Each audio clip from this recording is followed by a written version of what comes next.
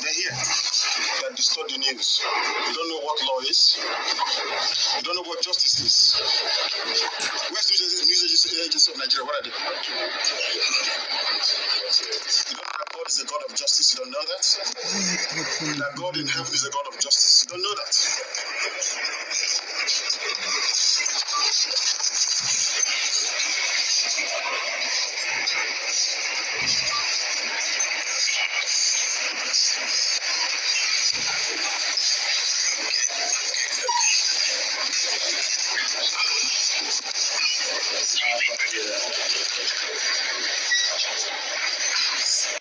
But that's what you wrote. You said here, my lord, that the defendant has now applied for bail. Now, as I've said earlier, bail is an indication of the court taking into consideration all the conditions laid down in Muhammad Abacha v. State. At this stage, I am of the opinion that to make or take a stand on the bail application without first hearing and determine the issue that is glaring in the face, which is the absence of the defendant from the court since 25th of April 2017 until it was produced on the 29th of June. My lord, which was exactly what the Supreme Court did. They said that he did not join bail. These criminals came to my house to kill me. That's what the Supreme Court said. This is in your own court, my lord.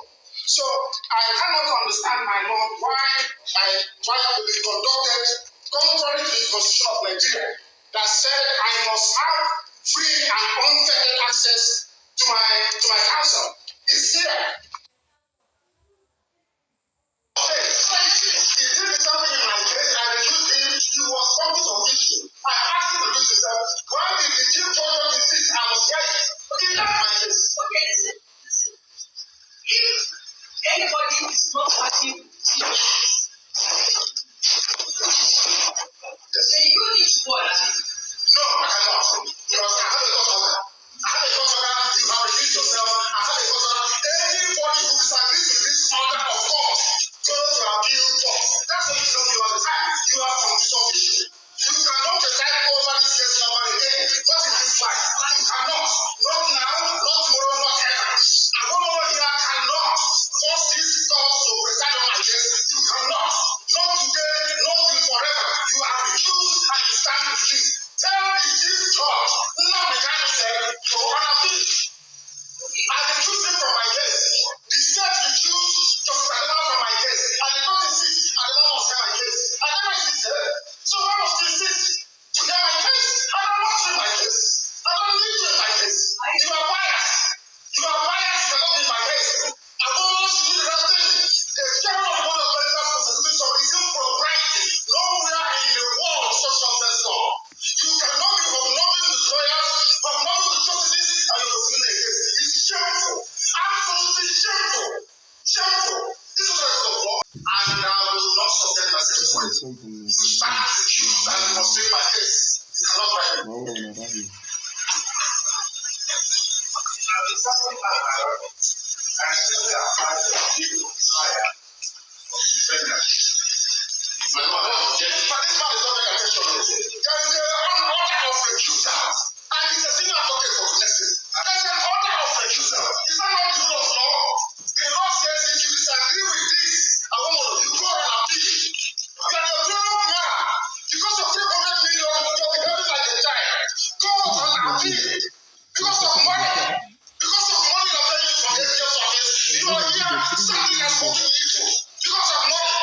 A grown-up man like you. You say you have right to behave like a man of honor. The rule of law says you go and appeal. His lordship later you go and try my case. Not on this planet earth, I'm telling you that now. So stop wasting your time. Look at I said the issue of ROARS that the defendant has indicated that he will not take the formal application.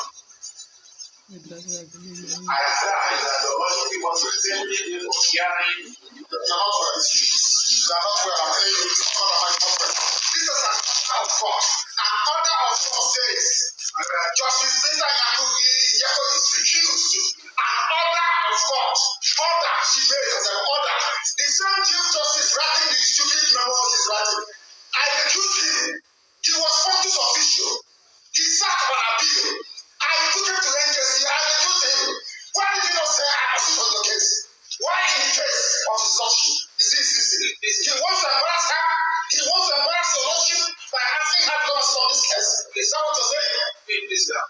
That's an order. Give it to him. He doesn't have it. Give him an order of court. It's an order of court. Give it to him. He doesn't have it. He doesn't have it. It's an order of court. I take your permission. It's an order of court. I take your permission to address you.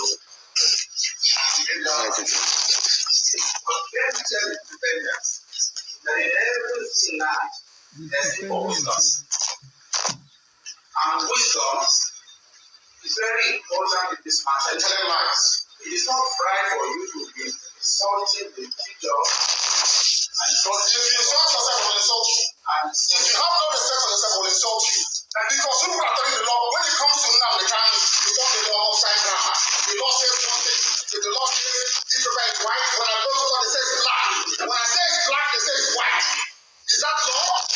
And as you see, not because of Nigeria, that's law. Memo from Chief Judge. It's memo from Chief Judge sufficiently to understand that the court order. Yes, it's no. Why do you want to change the law in my own case? His Lordship, Justice Nathan, you stand recused in my case. Cannot tell me what else you get it.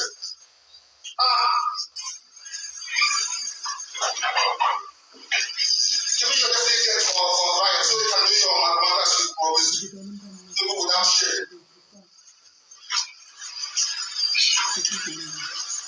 I have here before me for the benefit of Chicago because it seems she doesn't know the law. So I will tell you, this is the national judicial policy of this country. Please give them a copy. National judicial policy of Nigeria, national judicial policy. I will tell you what it says. Because you don't know, I will tell you. Talking about memo from the chief judge of the High Court. Judicial policy of Nigeria, 1C, I'm reading. Robert. In the performance of judicial functions, the judge is subject only to the law and must only consider the law. The rule of law in every common law jurisdiction in the world is that once an order of court is entered, the only way to set aside it is by going on appeal. That's the rule of law. The original docket, you don't know. I will go to see. A judge must not take or attempt to take orders or instructions of any kind from anyone, including the chief judge, from anybody that may influence his decisions in the performance of judicial function. It means that his lordship having entered an order of court, a decision. Hello everyone, welcome back my people. You know as e dey go, wahala no dey ever finish for dis Naija politics o. Today something dramatic happen again inside the courtroom where NNAMDI KANU is being tied, and my people, what he said this time shook not just those inside the court but Nigeria across the world are still reacting. So grab your seat because today's update is both explosive and revealing. So according to the report from Abuja, NNAMDI KANU, the leader of the indigenous people of Biafra, appeared again before Justice Bento Nuku for the continuation of his trial. But during the section, Kanu raised his voice calmly but firmly, insisting on his right to fair hearing and demanding that the court address the condition of this detention and access to his legal team. Eyewitnesses inside the court described the movement as tense but powerful, saying that the entire courtroom went silent when he started speaking. From what we gather, NNAMDI KANU reportedly told the court that he will continue to defend himself fearlessly, even if it means standing alone. He also emphasized that he is not fighting against Nigeria, but for justice and fairness for his people. His lawyer also raised concern over his health and the way he is speaking and the way he is being kept in the custody by the DSS. According to them, certain court orders about his medical care and access have not just been fully obeyed. Justice Oko, however, maintained that the proceeding must continue within the boundaries of law, urging both parties to stay focused on the case and avoid unnecessary drama. Now, my people, let's look at what this means. This latest courtroom movement shows that the Biafra issues is far from over. Each time NNAMDI KANU speaks It reminds both the government and the public that this matter is deeply rooted in issues of marginalization, governance, and trust in the justice system.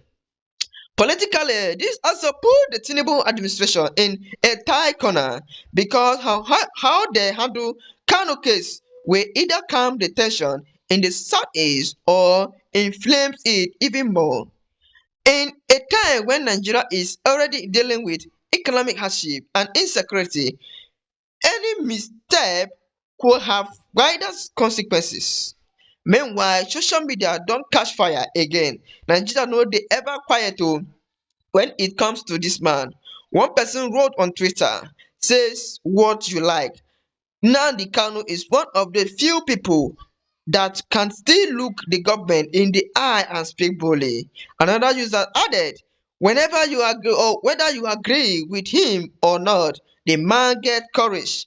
That courtroom movement na history. Another person else commented, this government need to find a political solution to this matter before it escalates again. We have had enough tension already. So you see, my people, Nigeria are clearly divided but deeply interested. Now, this development comes just days after renewed call by some individual leaders for Kanu release on humanitarian ground. Even some international observers have called on the Nigerian judiciary to speed up the process and ensure that the rule of law is respected. All of this suggests that this case is not just a legal one, it is also a national test of fairness, unity, and governance. Personally, I think what we saw today is not just courtroom drama, it is a reflection of nation still struggling to listen to itself, love himself, or hate himself. Nnamdi Kanu has become a symbol of resistance and unresolved tension in Nigeria political structure. My people, at this point, even I don't know going to trust again. The government says one thing, Kanu says another, and the people are just cutting in between. So, what do you guys think about this matter? Do you think the government could consider a political solution, or should the case continue to run till full course in court? Drop your thought in the comment section. I will really want to hear what you think. Thank you.